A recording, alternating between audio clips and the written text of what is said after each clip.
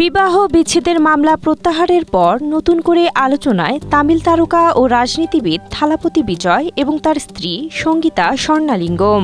দীর্ঘ ২৭ বছরের দাম্পত্য জীবনের ইতি কেন টানতে চেয়েছিলেন তা নিয়ে চলছিল নানা জল্পনা কল্পনা।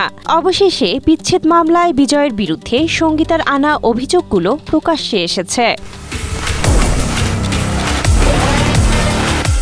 চলতি বছরের শুরুতে চেঙ্গলপট্টু জেলা আদালতে দায়ের করা আবেদনের সঙ্গীতা অভিযোগ করেন বিজয়ের অন্য এক অভিনেত্রীর সঙ্গে পরকীয়া সম্পর্ক ছিল। ২০২১ সালে বিষয়টি জানতে পেরে এর প্রতিবাদ জানান তিনি। স্ট্রবেরি সুপার ডটেড ও ক্লাসিক ভ্যারিয়েন্টে সেন্সেশন জাগুক শিহরণ। কিন্তু বিজয় সম্পর্ক ভাঙার আশ্বাস দিলেও পরে তা বজায় রাখেন।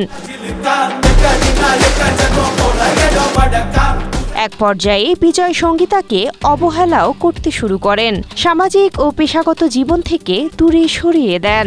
অন্যদিকে অভিনেত্রীর সঙ্গে বিদেশ ভ্রমণ, বিভিন্ন অনুষ্ঠানে যাওয়া অব্যাহত রাখেন। এসব অনুষ্ঠানের ছবি নিয়মিত সামাজিক যোগাযোগ মাধ্যমে প্রকাশ করেন।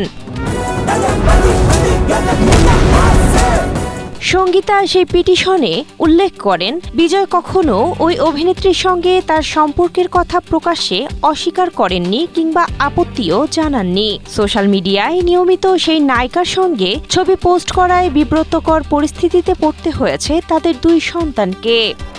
ব্র্যান্ডিং। সঙ্গীতার অভিযোগ, বিজয় তাকে যে আর্থিক সহায়তা ও বিভিন্ন সুযোগ সুবিধা দিতেন একসময় সেগুলো বন্ধ করে দেন, এমনকি চলাফেরার স্বাধীনতাও সীমিত করেন।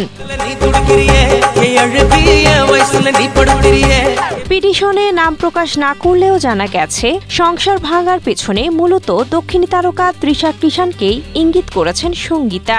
শেষ দিকে তাদের দাম্পত্য সম্পর্কে এতটাই তিক্ততা এসেছিল যে বিয়েটি কেবল কাগজ কলমে সীমাবদ্ধ ছিল। কোনো উপায় না দেখেই বিজয়ের বিরুদ্ধে বিচ্ছেদ মামলা করতে বাধ্য হন সঙ্গীতা।